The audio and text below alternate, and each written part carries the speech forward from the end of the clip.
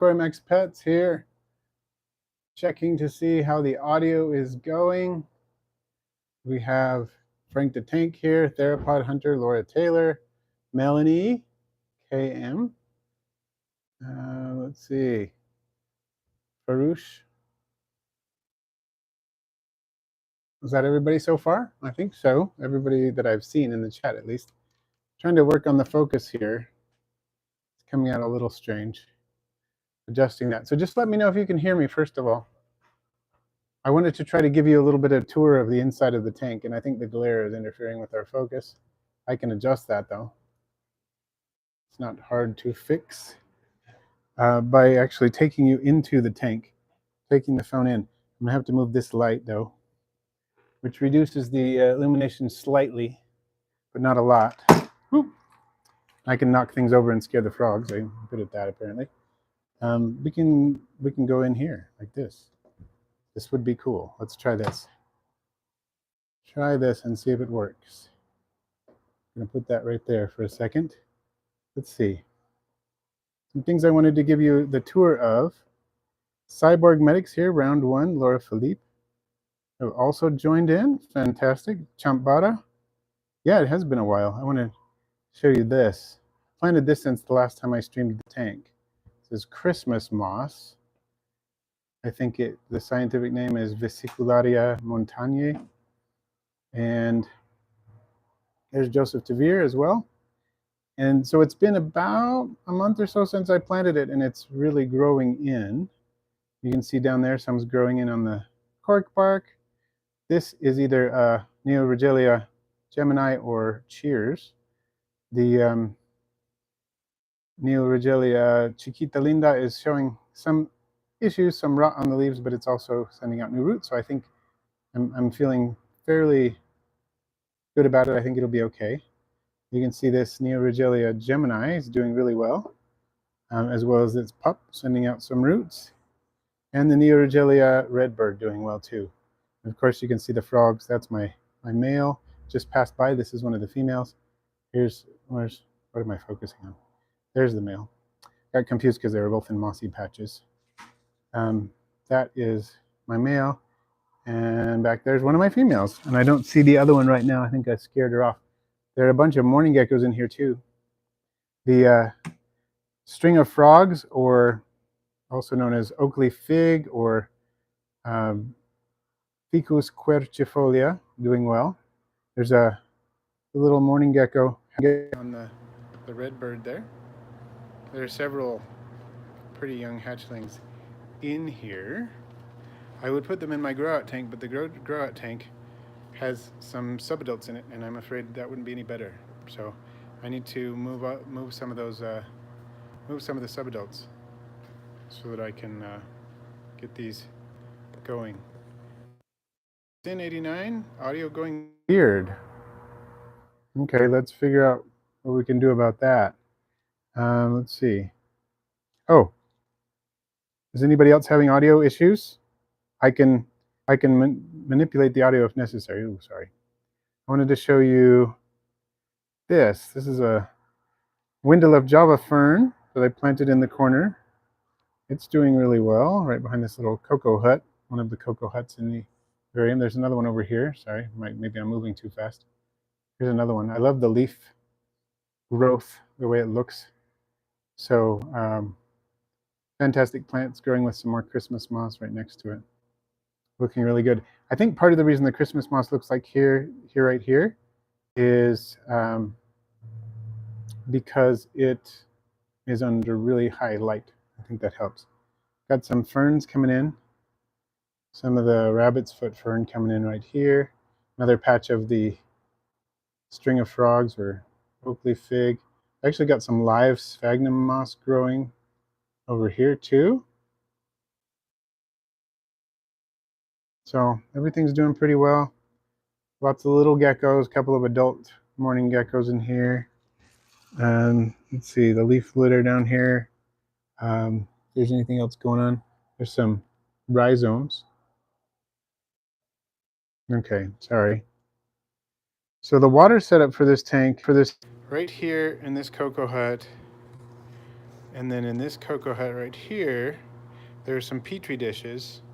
And when I missed, I make sure to get a little bit of water in the petri dishes. And then the bromeliads have little pools in them too. I don't know if you can see that in all of them, but there's little pools of water in there. The dart frogs really don't need pools of water except to breed, as long as it's humid enough and they get plenty of moisture from their surroundings. They don't necessarily need pools of water which can get full of bacteria very quickly and things like that. But as far as breeding, they do. So I just keep those petri dishes under the cocoa huts with a thin film of water, so that if they decide to deposit eggs, the eggs and the tadpoles develop to the extent that they do in such a setup. And then, of course, if I see an adult around tadpoles, a male, this is not a male, it's a female, but when they carry around tadpoles, I need to put a little deli cup. I usually put a 2-ounce deli cup, maybe put a pebble in there and put a little water in there, and then the male will carry the tadpole into there and deposit it once it's ready. So hopefully that answers your question, Laura Taylor. Great question, by the way. And, oh, Laura Philippe is here. Excellent. So what temp do you guys find works best for breeding, and how many hides per pair? Well, I just go with, moderate room temperature. So in the winter, with this tank with the light and everything, it's probably in the low 70s. In the summer, it gets to the high 70s, maybe a little bit warmer, low 80s, very low 80s. Bumblebee dart frogs are a little bit more resilient than some others. Some dart frogs don't do well over 80. Bumblebee dart frogs can do okay up to 85, but I don't think it really gets that warm very often in here. With the vent up here, and the fact that we use evaporative cooling, and this is close enough to a window that the air wafts over this and kind of it's air circulation going and keeping it cool.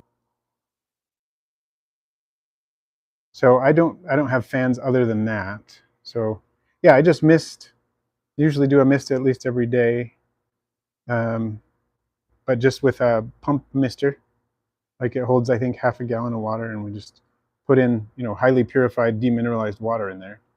Let's see if we can. I'm going to show you this little gecko running by. There it is. You can get a decent shot of the gecko on the moss, sitting right on this live sphagnum, which is kind of fun. I like that. Yep, so no fans, just the air circulation that I mentioned, and that's it. Unfortunately, you're not getting the full lighting effect because I had to remove one of the lights that is usually on here in order to show what's going on, and the gecko took a dive. So yeah, I did scape this one, Ram Girl. I escaped this one, and this is, I've scaped it in several iterations. Let's see, I know you're going to get some glare here, but I'm going to try. So the plants that I have in here, and these, to go over it kind of quickly again, this is Oakley Fig or String of Frogs. It does really well. I have some laced Java ferns or Windelove Java ferns. I have several types of Neoregelia bromeliads. I've got Christmas moss in here as well.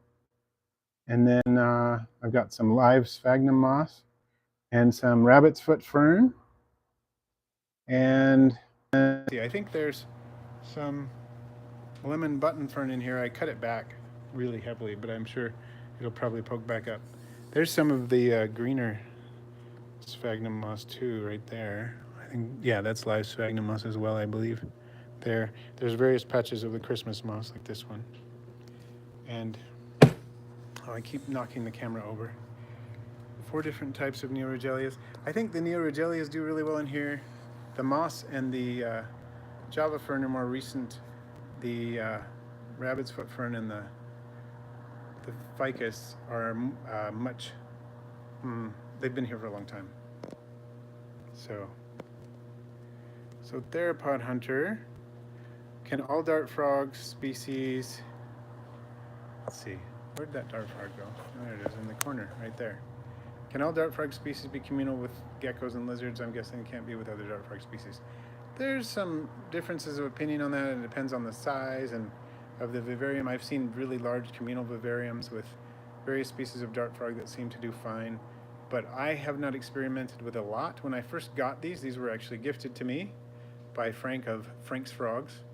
He is local to me and brought me 3 bumblebee dart frogs, 1 male and 2 females, which is what I have, and one Dendrobates auratus, another species, which is one individual of it. And they lived together for a while until the auratus came out with some plant cuttings or something like that. When I was redoing something, it hopped out and I didn't notice right away, and so it desiccated very quickly. So someone asked a question about how many hides per pair, and I forgot to talk about that. So how many hides? I have a trio in here, and I have 2 hides. These 2 cocoa hides, one here and one is just down in there. It's a little hard to see under the stump. I made kind of a stump looking thing out of 2 pieces of cork bark and later put the red bird up there. So those are the number of hides. So I don't know how many dart frog species can be communal with mourning geckos. I do know a lot of frog keepers keep mourning geckos with their frogs for a lot of reasons. That reminds me, among the things we do, I have this gecko diet I'm going to put in here. This is going to be a feeding station right here. The flies, the fruit flies will come to it, but also the mourning geckos come to it, of course, and eat that. So we're going to see if we can spot some of them coming down to that. I'm going to move a little bit here. I'm going to close the lid. Hopefully we'll see some mourning geckos coming along to eat that soon. And if we don't, I'm going to add some flies so we can watch the frogs eat. So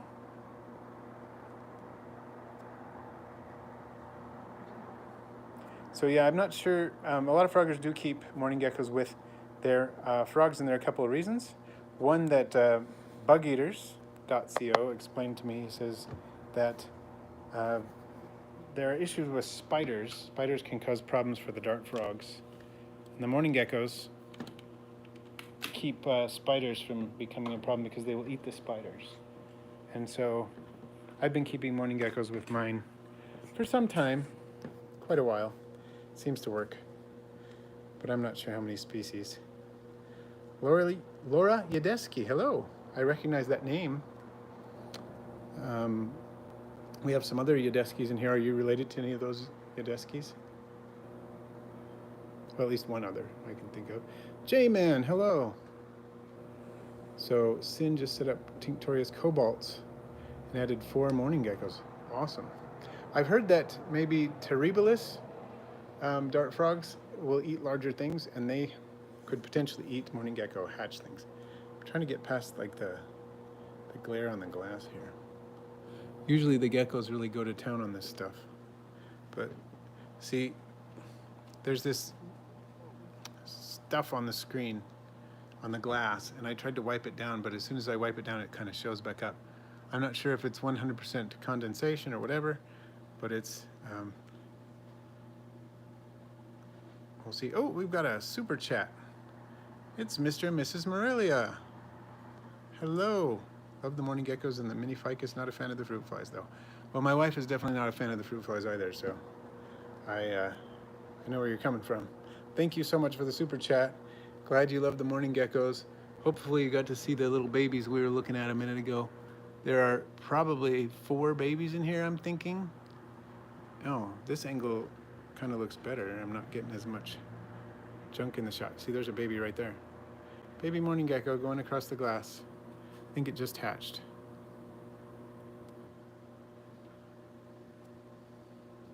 So Marimba Girl getting ready to upgrade dairy cows and powder oranges to 12-quart tubs. Awesome. Both very prolific ones. So it won't be long before you're going up to a bigger enclosure, or perhaps splitting.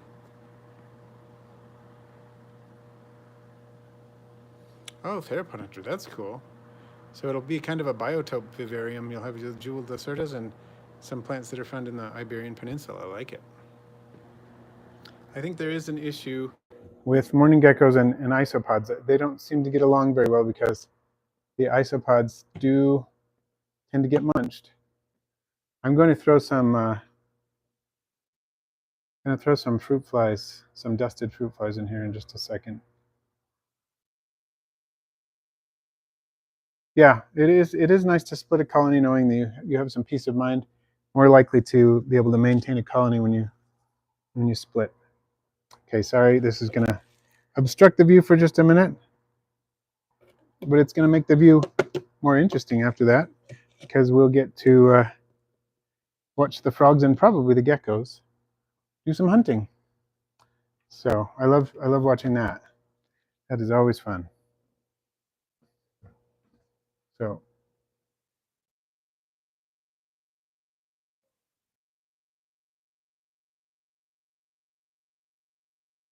And I have been using a razor blade on this, Laura Taylor. It's a good suggestion.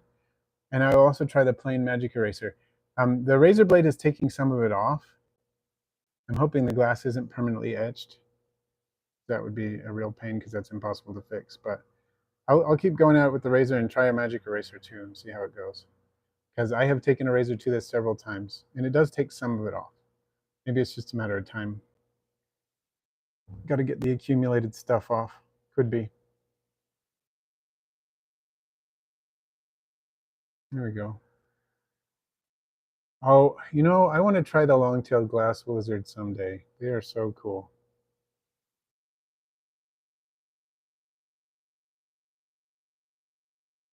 Okay, so Marimba Girl, some centipedes will definitely go after your isopods. It does depend on the species of centipede. Some are going to be more risky than others. Like a geophyllomorph is probably a minimal risk.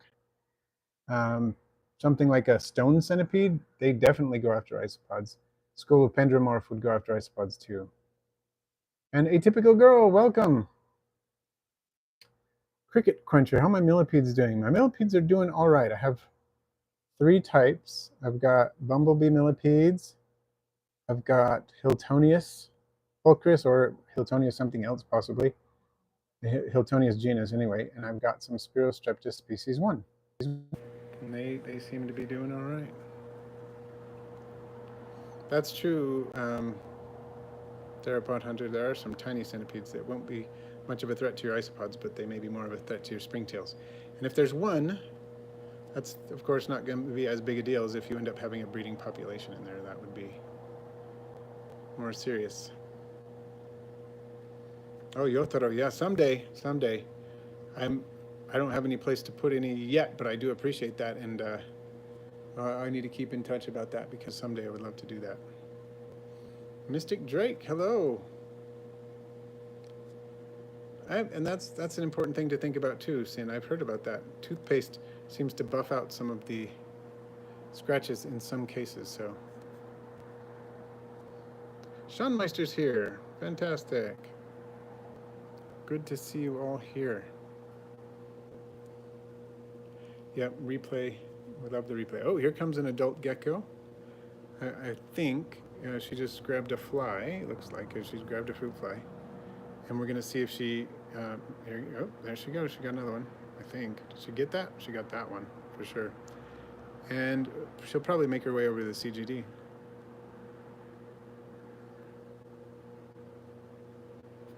Middle school naturalist class, Sean. Sounds super fun. Super fun. I had so much fun teaching the not so creepy crawlers class that I taught this summer. It was just a week-long class, but it was really fun. Enjoyed it. The kids had fun. I had fun. I learned some things that I'm going to apply next time.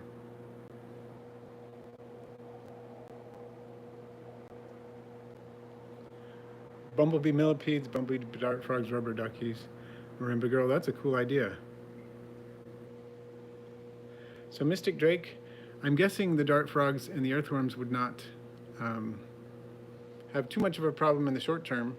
In the long term, I think the earthworms would degrade the substrate of the frogs to such a degree that it wouldn't be ideal, because they tend to turn their substrate, into worm castings, and that packs down pretty tightly as opposed to the very aerobic substrate you want in a rainforest tank. You know, it's a little discolored now, and the glare of my shirt and everything is showing up here, but we have this very light sintered glass product in a drainage layer, and then you've got a layer of very aerobic, like ABG style mix stuff. Is any herps, one of their mixes, and then you've got the leaves. If you put the worms in there, the worms will turn all of this stuff, or most of it, quickly into just earthworms castings, and it'll reduce the breathability of the substrate. So I think that would be the main issue.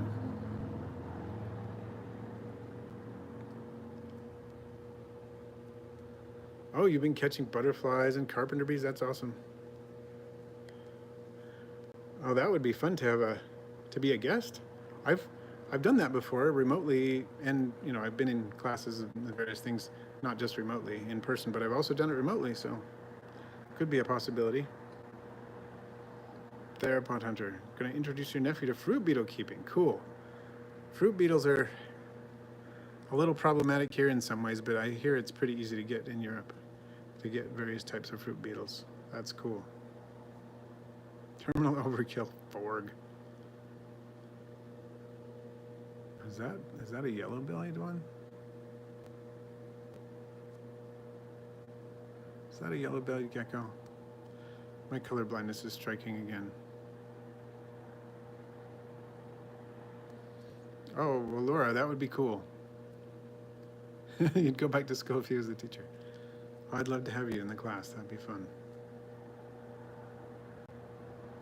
Oh yeah, native plants is the way to go to help get your native bees, for sure.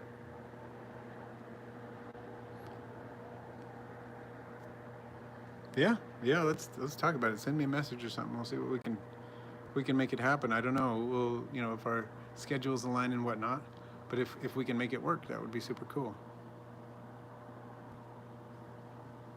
So atypical girl, you're right that, you know, the nutrients that the earthworms would produce would be good for the system in that way, but on the standpoint of the mechanics of changing the consistency of the substrate. So sometimes something is good for a system in one way and not so good in another.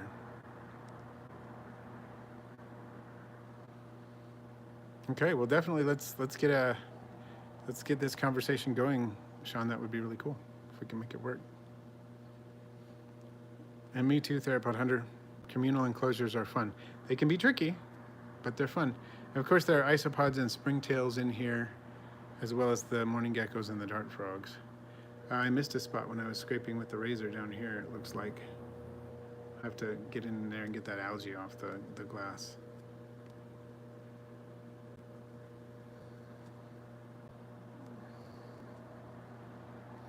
Yeah, marimba girl. Earthworms are definitely good for soil.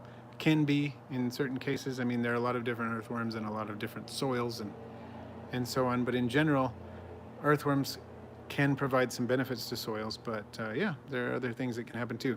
And one thing to think about is there are ecosystems where earthworms are not necessarily the best thing. Like in some of the, I guess it's the North Midwestern United States, there are these forests with what they call duff layers, I think it is. Bit different from the forests we have here, but basically they're deep layers of leaf litter. And these forests have evolved for some time, and these communities, these ecosystems have evolved for some time to do well with these deep duff layers, which form kind of a natural mulch and are good for the particular ecosystem. And then when earthworms were introduced to that area where they didn't actually occur, they started destroying these duff layers and caused big problems for the ecosystem in the area. So, yeah. Even though we think of earthworms as good, and they are in many cases, it's sort of been an oversimplification in some cases, if that makes sense.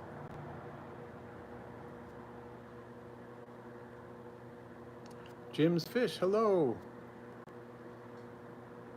Trixie, your garter's going to get a second litter, Yotaro. That's awesome.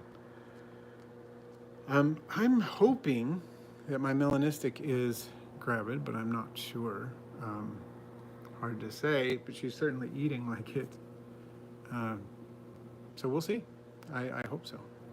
I hope we get a litter, a fall clutch of melanistics. That would be fantastic. So, Exo. Surprisingly, my friend has a shield lizard, 2 tokays in a giant tank, and they've been thriving for a year now. Wow, shield lizard. What's the genus on that? I'm wondering which. We're talking about like a plated lizard, or what are we talking about?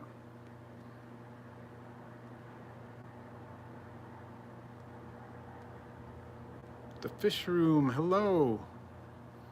Good to have you here, Random T. Welcome back. So Laura Taylor, as far as the sphagnum moss goes, I think we had kind of a mix of things going on.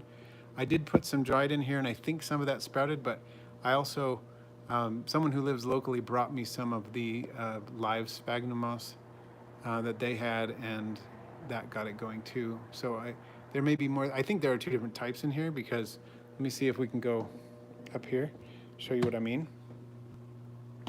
So we've got more of the, I don't know, the blondish sort of sphagnum going on.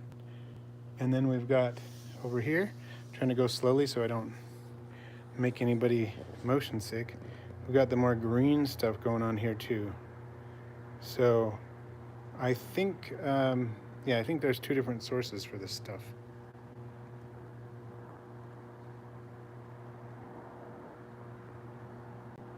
So hopefully that helps. That's kind of my understanding of how it worked. There's all kinds of fruit flies walking around here. Is there any on this Christmas moss? Oh, Therapon Tender says, I guess it would be a bad idea to introduce hammerhead worms to control the earthworms. I find headworms fascinating. Had those in the, there are feral populations of those in Hawaii, and when we lived there, we would see those once in a while. Very cool earthworm predators. It's hard to say what they would do in a system. Congrats on the Jack Dempsey. Those are some pretty amazing fish.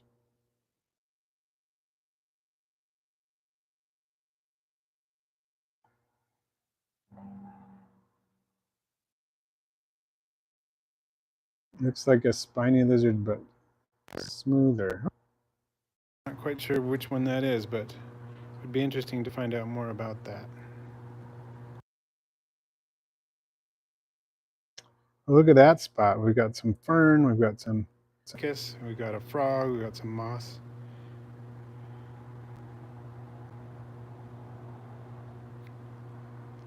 It's kind of cool. You know, this is the frog that's on the t-shirt, the original Aquarimax t-shirt, and the logo that I have used.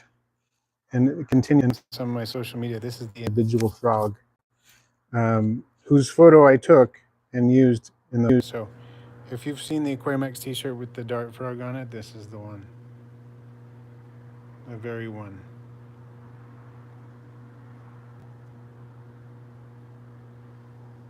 Yep, there was an old woman who swallowed a fly. That's actually a pretty cool way to understand ecosystems to some degree. You know, I want to take a peek over here. We have this plant coming up, and I don't even know what it is. It's coming up in the moss, and there are 2 of them. So I'll be curious to find out what they are. They came with the Christmas moss, apparently, because I put some Christmas moss, and this one came up too. So they appear to be the same plant, and they're within, 4, 5, 6 inches of each other. And I have no idea what they are, so I'm going to have to keep an eye on them. They look a little bit like a Tretis kentia or something, but they appear to be coming from seed. So we'll see what they are. JH, welcome. And Moditor, hello. Welcome to you as well. Has been a while. Oh, what are they doing? A face-off? That's fun. Oh, Monitor, terrestrial crabs. Like, what kind of terrestrial crabs? Like moon crabs, Halloween crabs? What sort? There's a little gecko hatchling. I think it sees that Heidi fruit fly. I put a bunch of melanogaster in here too, because the little geckos do better with the melanogaster, and then when they get older, Heidi are great. But they can take the Heidi when they're this age. I just think they're a little challenging for them. So I put plenty of melanogaster in there too. I love the contrast of the gecko sitting on the leaf. It's pretty cool.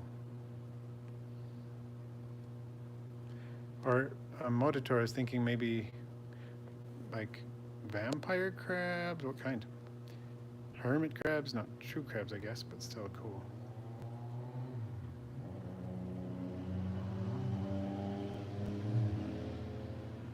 Haven't seen you since Coconut Crab as a pet stream. That was fun. Oh, one of these geckos. This one has lost its tail, unfortunately. Where'd it go? You can just barely see it up against the lights changing. Need to encourage it to go back into the tank. It's trying to crawl out. Go down there. There you go. Better. That's better.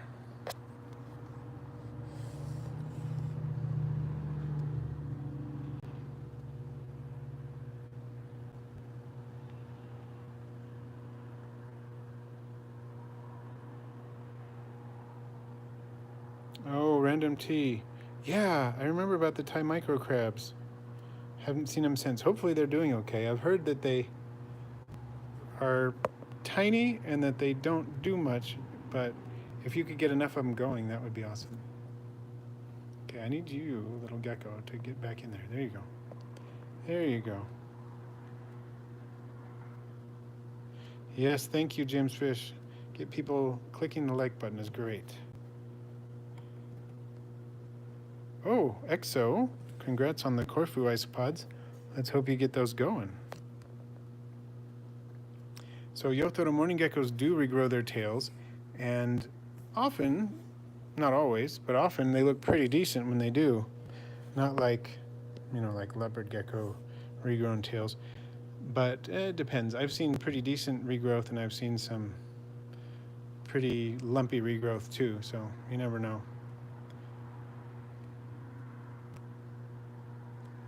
Yeah, atypical girl. Once you see it against my finger, it's like microscopic. It's so tiny. See, there's one climbing on the glass right there. Ooh, nice view of it. It shows the dust in the corners, but see, this one has just a tiny nub of a tail now.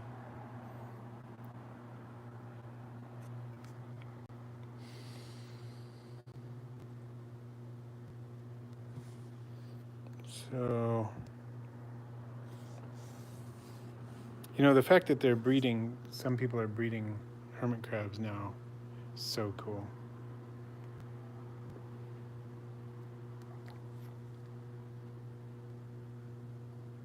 So Sin89, sure. I hear Gabby and Holly are both watching. So Gabby, Holly, welcome. I'm so glad you're watching us today. I hope you enjoy the geckos and the frogs and the cool tropical plants. Do you have a favorite? Let us know which one you like to see the most, the frogs, the plants, or the geckos.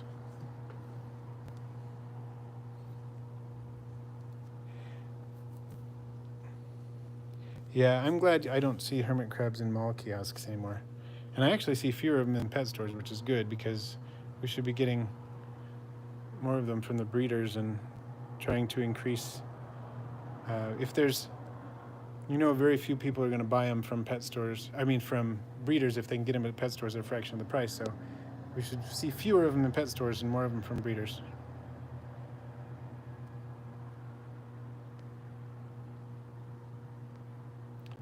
So the morning gecko on the glass, I wouldn't say it's very skinny because it's very newly hatched, and so they come out pretty skinny and they fatten up pretty quickly.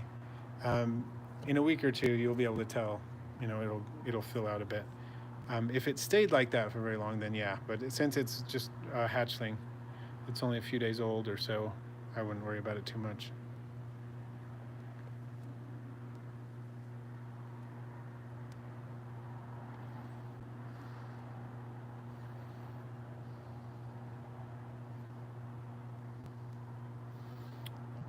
Yeah, we need breeders, and especially in areas where, like hermit crabs, where there are so few people qualified to be able to breed, and so few people willing to put in the effort, time, expense, space, and so on that it takes to do it. But the more we have of those, the better it is. Yeah, theropod hunter. I remember that too. I remember stick insects, not so much, but I remember being in Italy and seeing goldfish at a fair. I even won one, and not something I would do now because, you know, not great for the goldfish, but at the time I remember that. But they shouldn't be doing that. That's not cool because it basically turns all of them into impulse pets, which is kind of horrible. Oh, Sin89 sent us a thanks. Thank you so much. Appreciate it. It's fantastic.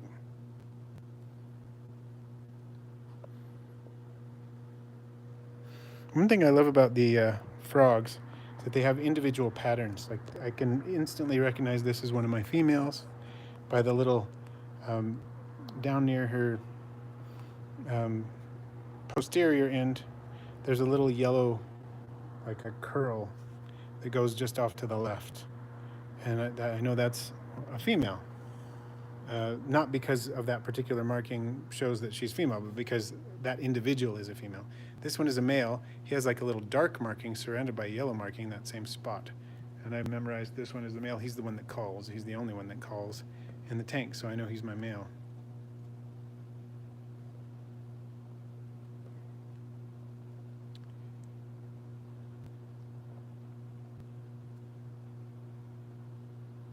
Oh, terminal overkill. I love it. You know, if I were breeding, and I'm not breeding giant roaches or anything, but if I were breeding some really big roaches in large numbers, like, I don't know, ivory heads or something, I would love to have a pixie frog like that. You know, I think I have named these dart frogs at one point. I think I named them Winkin', Blinkin', and Nod. I think. But I don't remember which one is which.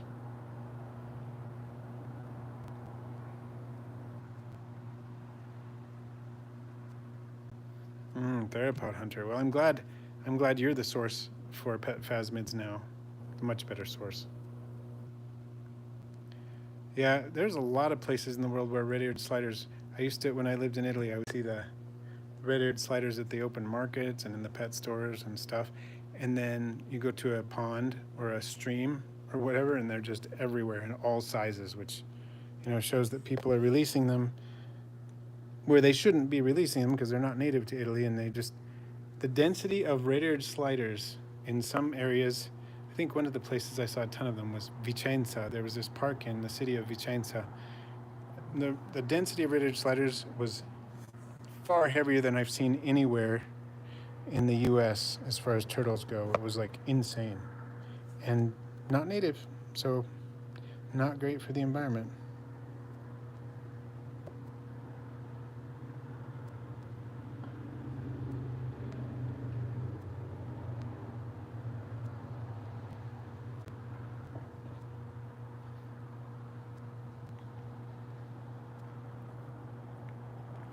Yeah, I've occasionally seen baby turtles in pet stores here, but they're illegal in most places these days to sell the small turtles.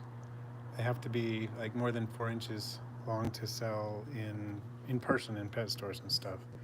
And they can get around that in line and with like certain ways to get around it, but so random tea are in areas where grass carp are invading. Ah, that's too bad. Yep, so many native ecosystems being ravaged by irresponsible choices.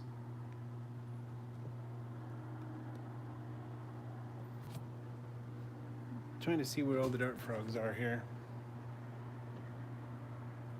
I can currently see 2 of them. Oh, one just hopped over there. There's my other girl. She doesn't have a little dip. Like one of them has a yellow dip or yellow curl, and one of them has a black, like water drop shape, and this one just goes straight across. And this is one of my other females.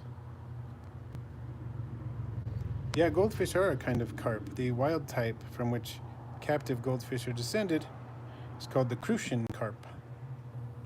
So Carassius auratus is the scientific name.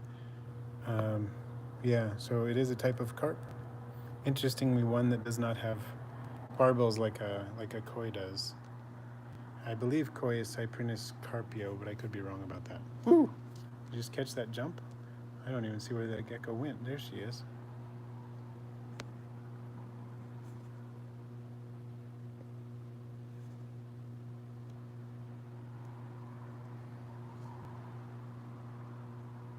Oh, how did I do that? I don't want you staring at my face. Sorry. Did not mean to subject you to that.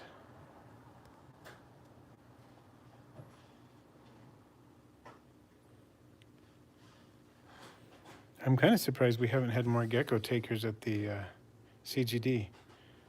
Usually pretty fast. So the species of gecko that is in this vivarium, a number of individuals, I don't see any right now at this moment, but they are the Lepidodactylus lugubris, also known as the morning gecko. Wayne, welcome.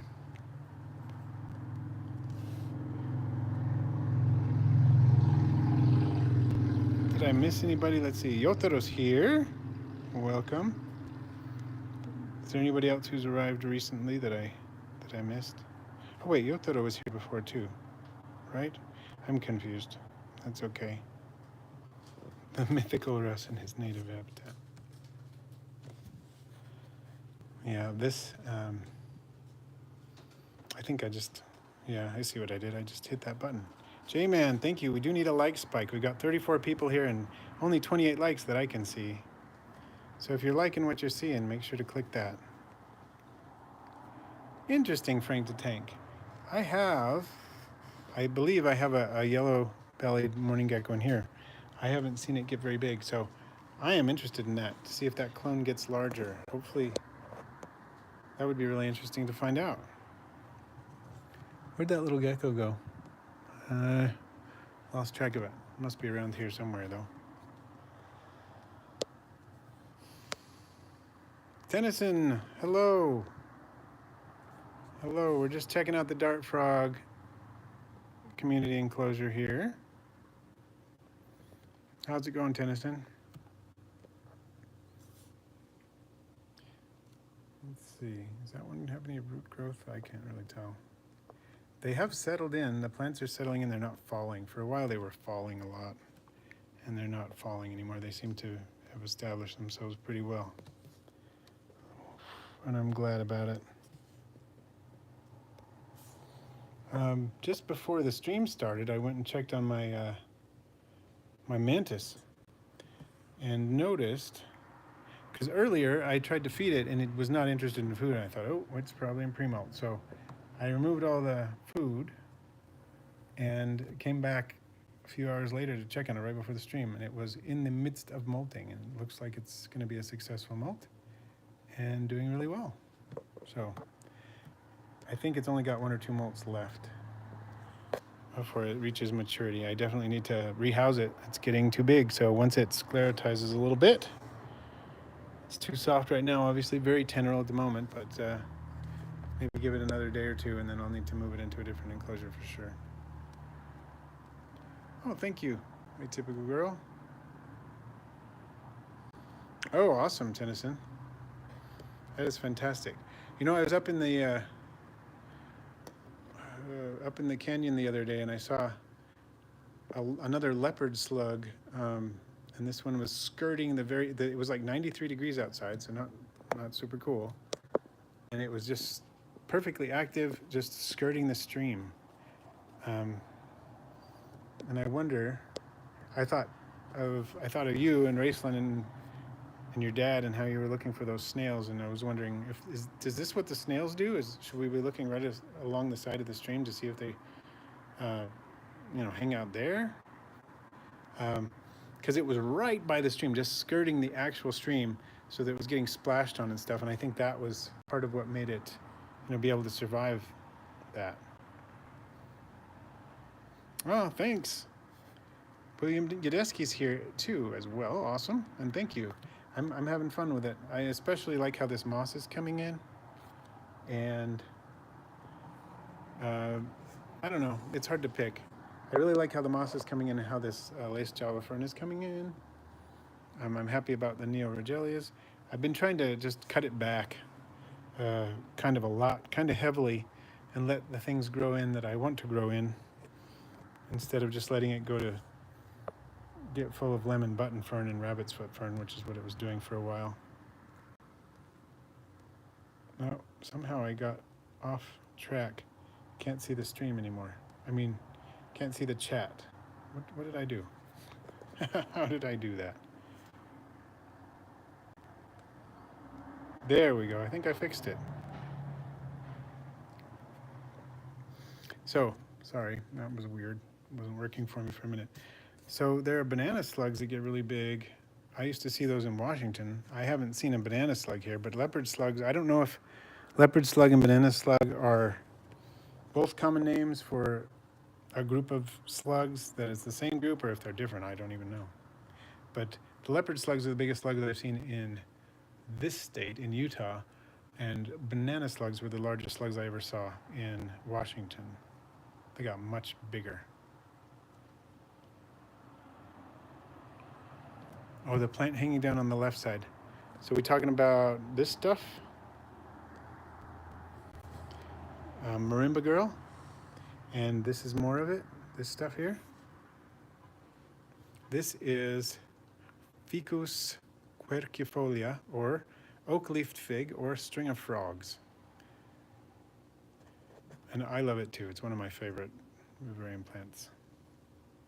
Glad you like that stuff. I do too. Oh, so marimba girl, we've seen the Cali banana slugs. Yeah, the ones in Washington were so big. There were some that were seriously rivaling bananas. Yeah, what better for a frog enclosure than a string of frogs, right? I used to have this stuff growing in my morning gecko grow-out tank, and it was all over the place. It grew all up the back, and it was gorgeous, and it kind of died back, and it's pretty sad, because I loved it, having it in there. It looked absolutely amazing. I have some of that on video. Now, most of the plants in there, maybe all the plants in there, are all tillandsias, and they seem to be doing well in there, which is great, and they look cool in there too. I love tillandsias, and it's a much more ventilated tank, because with most tillandsias need a lot of ventilation and air movement, and it gets enough, so it does well in there. I don't have glass on the top, it's just a wire top, and the light produces enough heat so that it kind of draws heat up through the sides and everything, and it works well. So, ooh, nudibranchs into the hobby. There are some nudibranchs in the marine aquarium hobby that people keep and do fairly well with. There's some of them that breed.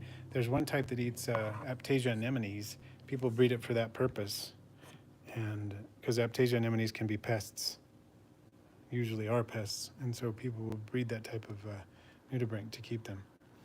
So, Yotaro, have you received your new tarantula? Yes. Yes, in fact, I have. My latest video is about both shipping my old one and receiving my new one. So it's been really cool to have a female. This is my first and only female tarantula. She is webbing up a corner of the enclosure and has taken a cricket and is looking great. I don't think she's quite full grown yet, but I think she's close.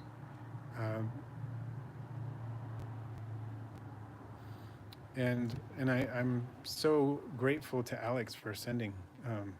You know, it's not every day that you'll find someone who will send you a female like that that's put on some growth in exchange for a mature male. But Alex was willing to do that, and fortunately the male has been doing really well for him and paired already successfully, which is fantastic. He said mated with the female he put it with, I think 5 times, and then he had to take him out so it didn't bug the female too much. But not every day you get that, right? Oh man, one of the little geckos just took off, and I'm trying to catch it. There, dropped it back in the tank. It's on the fern there.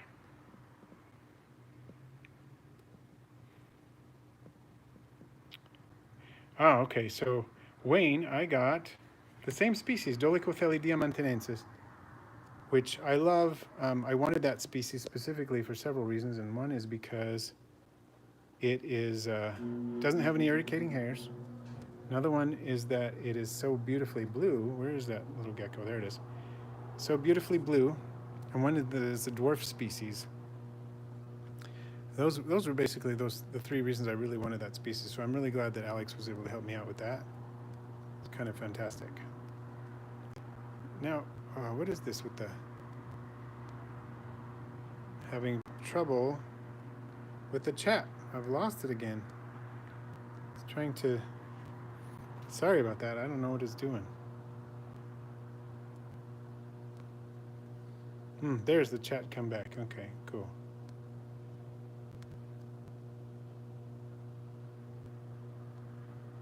Okay, I'm having trouble with the chat again. I can see it for a second and then it disappears. And all I'm doing is zooming in or whatever, which is not what I wanted to do. So I apologize for that. I saw Tennyson's question for a minute about what type of morning geckos I have. I think I have a couple of different types in here. When I originally got my morning geckos, there we go. When I originally got my morning geckos, they were simply, this was back before there were a lot of different lineages in the hobby. They were just labeled as Hawaiian morning geckos, and I didn't get a clonal lineage indicator of any kind or whatever. So that's the original type I have. And then someone sent me a yellow-bellied one, and I think it was Critters and More sent me a yellow-bellied one and also a different clonal lineage. I think, and so I put the yellow belly and the different clonal lineage, and then, but I don't remember which one it was, unfortunately, and my original Hawaiian strain in here altogether. Of course, they're not interbreeding because they don't do that, but I'm just not sure what everything is descended from. They all look, I have seen yellow-bellied in here, but besides that, they all look pretty similar, so.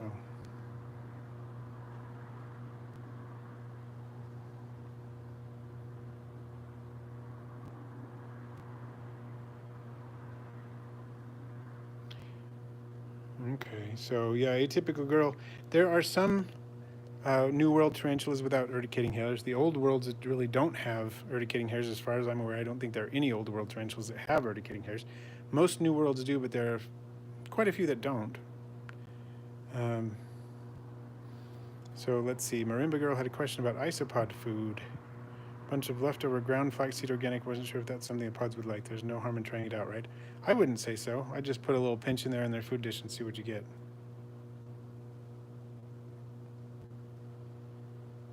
Oh, yeah.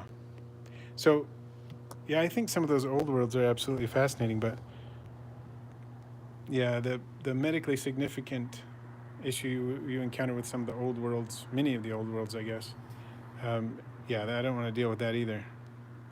And that's one of the rules.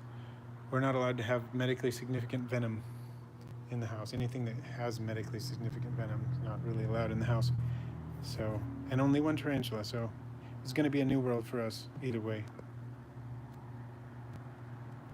Yeah, I hope I still have the yellow belly in here. Oh yeah, zucchini is one of my isopods favorites. So Exo, old man's beard. I've heard of that as a European plant. Is that the one you're talking about? I know that there's sometimes Spanish moss, which is a New World plant, sometimes called old man's beard. But I'm curious about which one you're working with. So Mystic Drake, you did see a yellow one in there. Okay, good. Sometimes my color blindness is kind of frustrating. I will say that. Dang it. I keep doing that. I don't know. They changed the format on how this works, and now I'm zooming everything without meaning to. I apologize like that. Apologize for the technical difficulties. It's confusing me.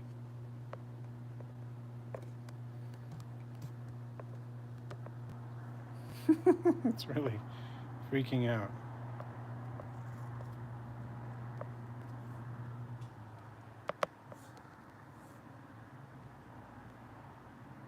Okay, now we're back. Now we're back. Here we go. So Yotaro has been keeping Old Worlds and New Worlds for 20 years, over 20 years. Yeah, that's a good point. Bites are more easily avoided than hairs. Very good points. So Wayne, yeah, sometimes that advice is good advice about forgiveness is better than permission. Sometimes it's not.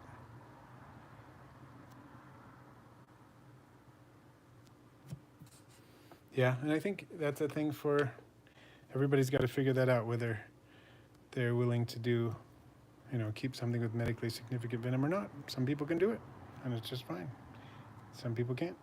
Some people choose not to find out. Those are all fine.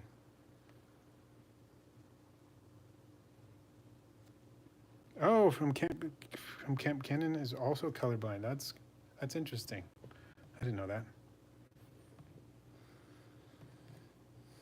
Yeah, it's I'm not like 100% colorblind, but I do have some color deficiencies with yellow and blue and with red and green. So I can see these frogs and they look very vivid in black and yellow, but sometimes telling orange and green apart or purple and blue apart, things like that, I have some issues.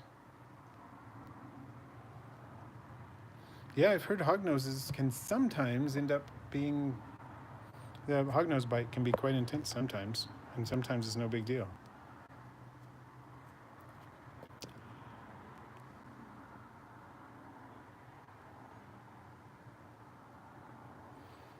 Tennyson. Yeah, that makes sense.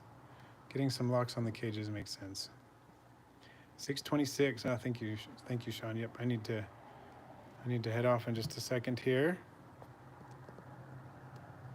Trying to make sure I'm not losing any geckos here. Oh my goodness. Did I do it again?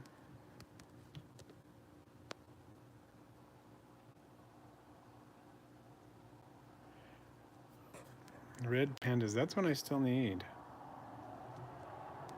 I don't have that one yet. Sorry, we're all looking at nothing now here. That's not what I meant to do. Okay. Well, everyone, it is about time for me to wrap up. So, thank you for joining. Where's the little frog? I'm going to end on a high note with this little frog. It is about time for me to go, so thank you for joining in, everybody. I appreciate it. Appreciate the super chats and all the participation, and I hope to catch you in the next one. Thank you again, everybody. Stay cool.